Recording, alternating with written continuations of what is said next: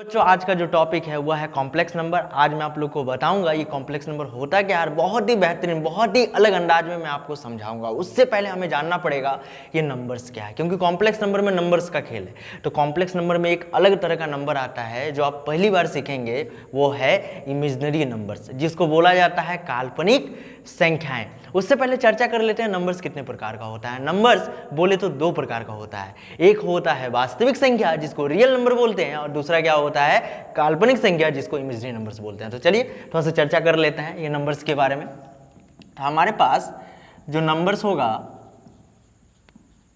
Numbers उसको दो part पे डिवाइड करेंगे। एक हो जाएगा हमारा रियल और एक हो जाएगा हमारा इमेजिनरी।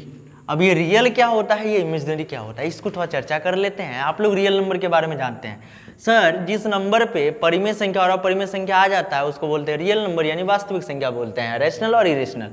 तो आप बोलेगा सर यहाँ 2 दे दीजिए, √3 दे दीजिए, 22/7 दे दीजिए, -1/2 दीजिए और कुछ भी दीजिए ना, ये सब हमारा रियली नंबर है।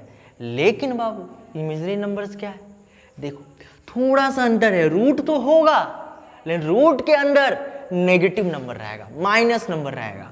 बोले तो -2, -1, ये हमारा -√3, -√7, ये जितने भी नॉन स्क्वायर वाले नंबर हैं या स्क्वायर वाले नंबर आते हैं वो हमारा क्या होता है इमेजिनरी नंबर, जिसको काल्पनिक संख्याएं कहते हैं।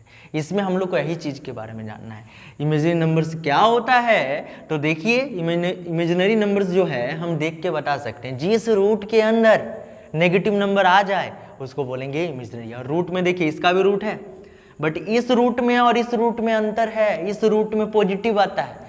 अपरिमेय संख्या में जो रूट आता है ना, उस रूट के अंदर पॉजिटिव या तो 0 हो सकता है, बट इमेजिनरी नंबर्स में क्या आता है ओनली नेगेटिव। तब हम बोल सकते हैं कि वो हमारा क्या है इमेजिनरी नंबर्स है। तो चलिए इसी को सीखेंगे, ये इमेजिनरी नंबर्स क्या होता है। समझते हैं इमेजिनरी नंबर्स कैसे हम उसको जानेंगे। तो जिस रूट के अंदर माइनस वाला नंबर रहे उसको अपन क्या बोलेंगे इमेजिनरी नंबर्स बोलेंगे। अब इसको दिखाया कैसे जाता है, डिनोट कैसे किया जाता है, उस चीज़ को हम लोग को समझना है। तो इमेजिनरी नंबर्स को बेसिकली हम लोग छोटा आई से दिखाएंगे, छोटा आई, ठीक है। छोटा आई बोले तो स्मॉल आई से हम लोग क्या दिखाएंगे इमेजिनरी नंबर्स। ऐसे तो इसको आयोटा के बोलते हैं, बट हम लोग लेंगे आई लेंगे, और इसमें आई का वैल्यू होता है। आई का वैल्यू क्या होता है ध्यान से समझिएगा, आई का स्क्वायर अगर कर देते हैं तो ये हमारा -1। यही फॉर्मूला आपको याद करके रखना, बस एक ही फॉर्मूला। आई स्क्वायर का वैल्यू कितना होता है -1 होता है। और इस चीज़ को हमें बहुत ही बेहतरीन, बहुत ही अलग अंदाज में समझ लेना है, क्योंकि सबसे इंपॉर्टेंट यही है, इसी का खेला है पूरे चैप्टर में। तो आई का मतलब समझते हैं। देखिए बाबू, अगर हम बोले आई का वैल्यू निकालने के लिए तो आप बोलेगा सर आई स्क्वायर का फॉर्मूला तो आप बता दिए हैं, आई स्क्वायर का फॉर्मूला -1 होता है। तो हम क्या करेंगे स्क्वायर को उधर डाल देंगे, तो इस तरह से यह -1। चलिए आई का वैल्यू निकल गया। पहले आई का वैल्यू फाइंड करते हैं, आई का वैल्यू क्या क्या हो सकता है। दूसरा, अगर हम आई स्क्वायर बोले तब बोलेगा सर इसका तो -1 होता है। अगर हम आई का पावर 3 बोल दें, अब यहीं से झमेला शुरू होता है। और इस झमेला को कैसे खत्म किया जाएगा समझिए। आपको क्या पता है आई स्क्वायर, हमें भी पता है आई स्क्वायर, तो आई स्क्वायर को हम क्या कर लेंगे अलग कर लेंगे, और एक आई को घसका के साइड में लिख देंगे, ऐसे करके साइड में ऐसे लिख सकते हैं। अब बोलिएगा सर हाँ लिख तो सकते हैं, आई स्क्वायर का मान भी पता है -1, और यहाँ पे हमारा आई है, और -1 को आई से मल्टीप्लाई कर देंगे तो ये -i देगा। मतलब आई का पावर 3 का वैल्यू क्या होगा -i आएगा। चलिए और समझते हैं इसको बेहतरीन ढंग से। आई का पावर अगर मान लेते हैं 7 देते हैं, 7 तो कैसे बनाएंगे। सबसे पहला बड़ा कॉन्सेप्ट आपको दिमाग में क्या रखना है, बनाने से पहले आपको करना है आई का जो पावर है उसको इवन में बदल देना है, बोले तो सम संख्या में बदल देना है। कैसे बदलेंगे, देखिए 7 है, हम आई का पावर 6 लिख सकते हैं कि नहीं। अब बोले सर हाँ लिख तो सकते हैं, लेकिन और एक आई, अरे घसका दो ना बाबू, उसको क्या करना है, घसका दो थोड़ा सा। चलिए अब कर सकते हैं कि नहीं। अब देखो आई का पावर 6 है, लेकिन तुमको क्या पता है, तुमको तो पता है सिर्फ एक ही फॉर्मूला आई स्क्वायर का वैल्यू -1। क्या हम इसको आई स्क्वायर लिख सकते हैं, तो इसको हम लोग लिख देंगे आई स्क्वायर, चलो ब्रैकेट लगा देना है। अब 2 से इसको भाग दे दो पावर को, 6 को, कितने बार में जाएगा 3 बार में। यहाँ पावर हम लोग दे देंगे 3 हो गया। अब यहाँ पे हम लोग लिख देंगे आई, और आई स्क्वायर का वैल्यू तो पता ही है क्या होता है 1 होता है, -1 का पावर 3 और इंटू क्या हो जाएगा i। अब माइनस का पावर अगर ऑड नंबर रहे तो आंसर माइनस में आता है और इवन रहता है तो पॉजिटिव में आता है। तो ये माइनस में है तो माइनस हो जाएगा 1 और ये i मल्टीप्लाई कर देंगे तो -i, किसका वैल्यू आ गया, i का पावर 7 का -i। अब थोड़ा समझ लेते हैं, ये जो माइनस पावर होता है, कोई भी नंबर रखते हैं 1 को लेके चलते हैं क्योंकि इस चैप्टर में 1 आएगा। माइनस का पावर अगर इवन रहा, इवन कोई नंबर, तो आंसर पॉजिटिव में आएगा। और -1 का पावर, माइनस कोई भी नंबर का पावर अगर ऑड में रहता, ऑड बोले तो विषम संख्या और इवन बोले तो सम संख्या, तो आंसर हमारा नेगेटिव में आएगा। फॉर एग्जाम्पल देख लेते हैं, -1 का पावर 1021 लिख दिए हैं, तो लास्ट वाला नंबर देखिए 1 है, तो ये हमारा ऑड है, तो आंसर हमारा नेगेटिव में आएगा। क्या आएगा वो बात की बात है।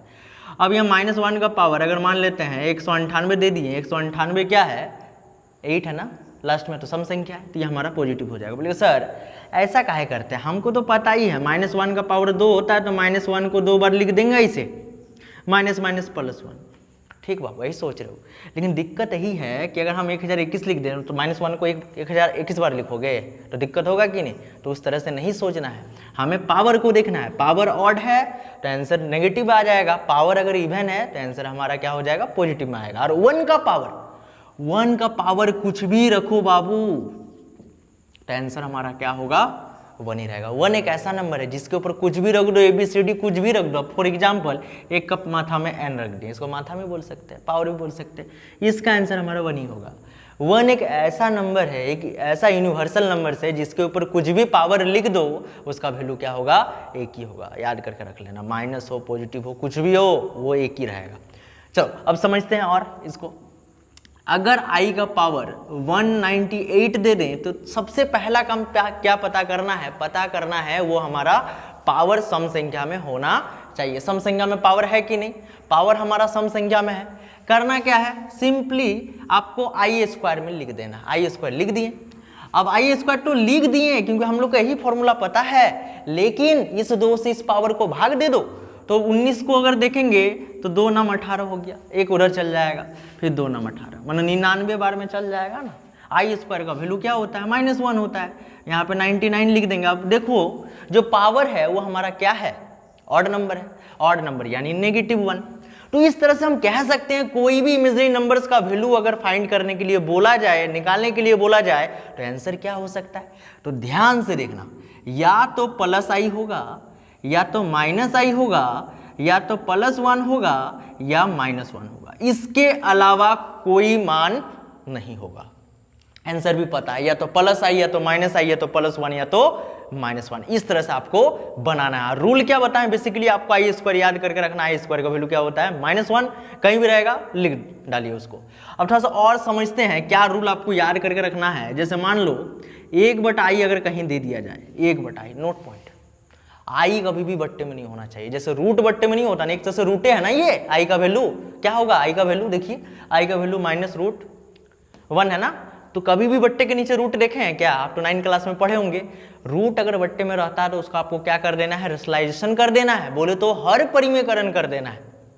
तो यहाँ पे हम इसका भी परिमेयकरण करेंगे क्योंकि आंसर हमारा +i आएगा, या तो -i आएगा, या तो +1 या तो -1, लेकिन बट्टे में आई है ऐसा तो होता ही नहीं है। तो इसको चलिए चेंज करते हैं। तो यहाँ पे आपको रेशनलाइजेशन करना होगा, एक बार i ऊपर से, एक बार i नीचे से, गुना कर दिया।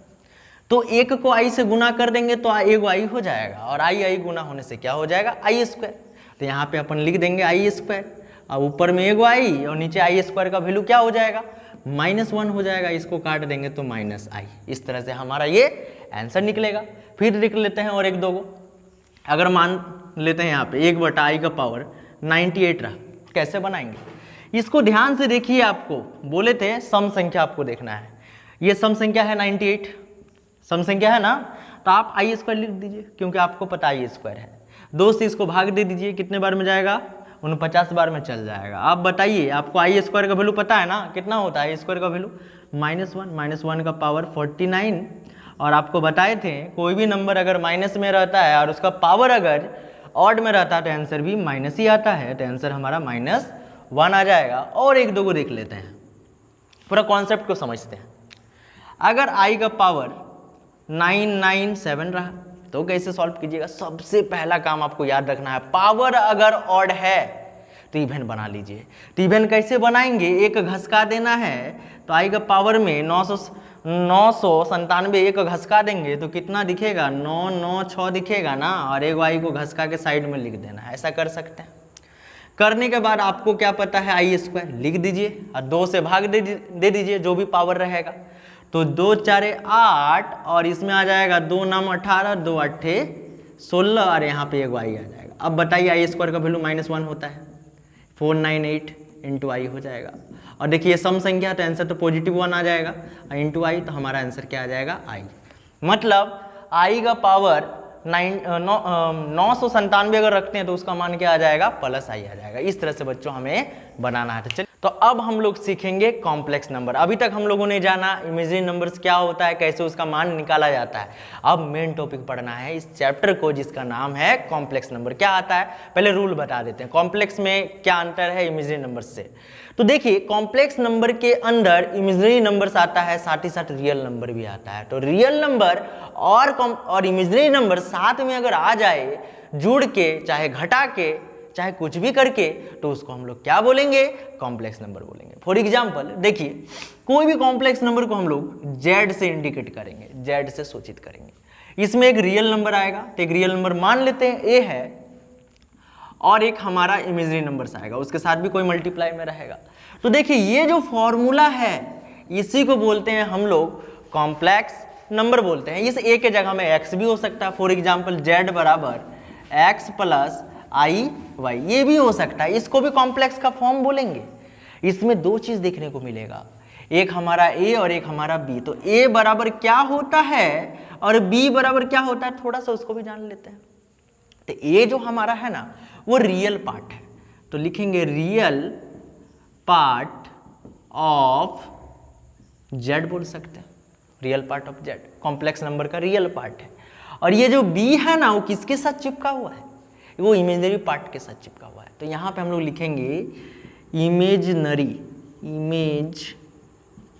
Part of Z. ठीक है, तो 2 पार्ट आता है कोई भी कॉम्प्लेक्स नंबर पे, एक आता है हमारा रियल पार्ट और एक होता है इमेजिनरी पार्ट। इमेजिनरी पार्ट कहाँ पे देखने को मिलेगा, वो हमारा आई के साथ चिपका हुआ रहेगा। तो इमेजिनरी पार्ट हो गया, तो बी हमारा इमेजिनरी हो गया और ये हमारा रियल पार्ट हो गया। अब अगर बात करें कि इसको दिखाया कैसे जाए, ये तो हमारा लॉन्ग हो गया ना, इसको शॉर्ट में कैसे दिखाया जाएगा उस चीज को समझते हैं। रियल को सिर्फ आर ही लिखेंगे और जेड को दिखाने के लिए ब्रैकेट लगा देंगे। तो बस आर ई जेड ए का मान है, इसका शॉर्ट फॉर्म है ना ये आर ई जेड। आपको क्वेश्चन में क्या पूछा जा सकता है, बहुत ही मतलब इजी टाइप का क्वेश्चन दिया रहता है, उसमें पूछा जाता है कि रियल पार्ट कौन वाला है और इमेजिनरी पार्ट कौन वाला है। तब यहाँ पे हम लोग इमेजिनरी को दिखाएंगे तो आई एम लिखेंगे और फिर यहाँ पे ब्रैकेट जेड, और ये हमारा क्या है बी दिया। इस तरह से हम निकाल सकते हैं। फॉर एग्जाम्पल एक दो क्वेश्चन देख लेते हैं। जेड बराबर 3 + 4i, ये क्वेश्चन है। और इस क्वेश्चन में बोल देगा बताइए रियल पार्ट क्या है और इमेजिनरी पार्ट क्या है। तो आपको क्या करना है, सिर्फ आर ही लिखना है, ब्रैकेट में जेड लिख देना है। रियल जिसमें आई ना हो, इसमें आई नहीं है, तो ये हमारा रियल पार्ट हो गया। इमेजिनरी पार्ट निकालना है, आई एम जेड कर देना है और आई के साथ जो चिपका है उसको लिख देना, बस हो गया आंसर। दूसरा क्वेश्चन देख लेते हैं। जेड बराबर 2 - 4i, ये मान लेते हैं यहाँ पे 9i लिख देते हैं। तो हम क्या लिखेंगे, आर ई जेड, ये रियल पार्ट है। अब कॉम्प्लेक्स का रियल पार्ट हमारा कितना दिया है 2, और इमेजिनरी नंबर हो जाएगा आई एम हमारा जेड हो जाएगा। आई एम हमारा क्या दिया है इमेजिनरी नंबर्स, देखिए आई के साथ क्या है -9, इसमें साइन को भी लिखना है, साइन बहुत ही इंपॉर्टेंट है। तो इस तरह से बच्चों क्वेश्चंस रहेगा। इसका नेक्स्ट पार्ट जो आने वाला है उसमें इससे संबंधित जितने भी फॉर्मूलाज है वो सारा फॉर्मूला मैं आपको बताऊंगा, बहुत ही बेहतरीन ढंग से आपको बताना है। ये वीडियो कैसा लगा है, वीडियो अगर अच्छा लगा हो तो वीडियो को लाइक कर दीजिएगा, चैनल में पहली बार आए चैनल को सब्सक्राइब कर दीजिएगा। और इस तरह का वीडियो मैं आप पूरा सीरीज लेके आऊँगा, क्लास 11th का और क्लास 12th का पूरा कोर्स करवाऊंगा, झारखंड बोर्ड हो या बिहार बोर्ड हो।